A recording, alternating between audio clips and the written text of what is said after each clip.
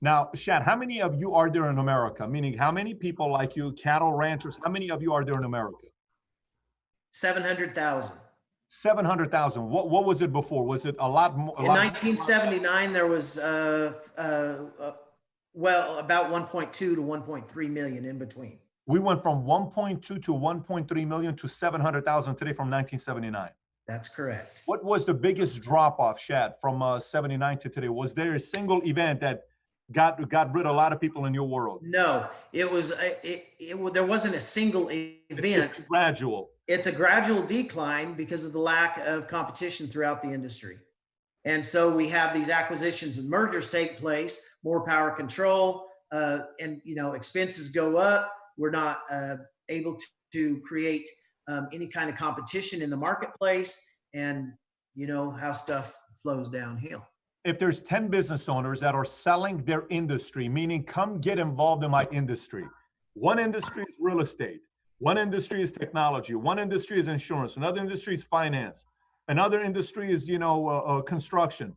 Then you're standing there and you're selling your industry. Could you easily sell others to consider getting into your industry today? It's financially impossible. As an individual, it's financially impossible to get in. Why do you say that? Why do you say that? Because the overhead, it costs too much to start it takes a lot of land, it takes a lot of overhead.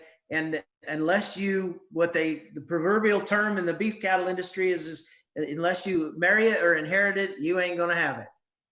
So, and that's one of the problems that has taken place as a result of this. It's hard for family, everybody's dream is to pass the family farm or ranch down. And that's totally impossible now. You can't do it. Let's take me, for example.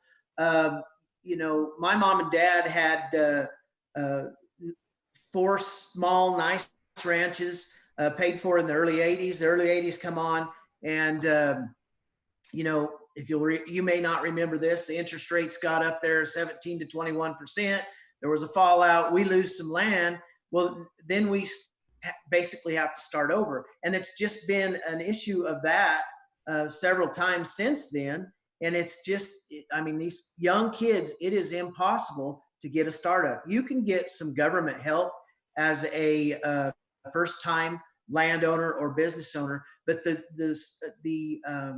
cost of the land, it requires a lot of land, and the cost of the inputs are increasing and gaining, and it's impossible without a lot of equity or cash in the bank to get a start. It's nearly impossible, and therefore across America we have seen thousands and thousands, hundreds of thousands of youth not return to the family operation after high school or college. Because of this specific reason. Correct.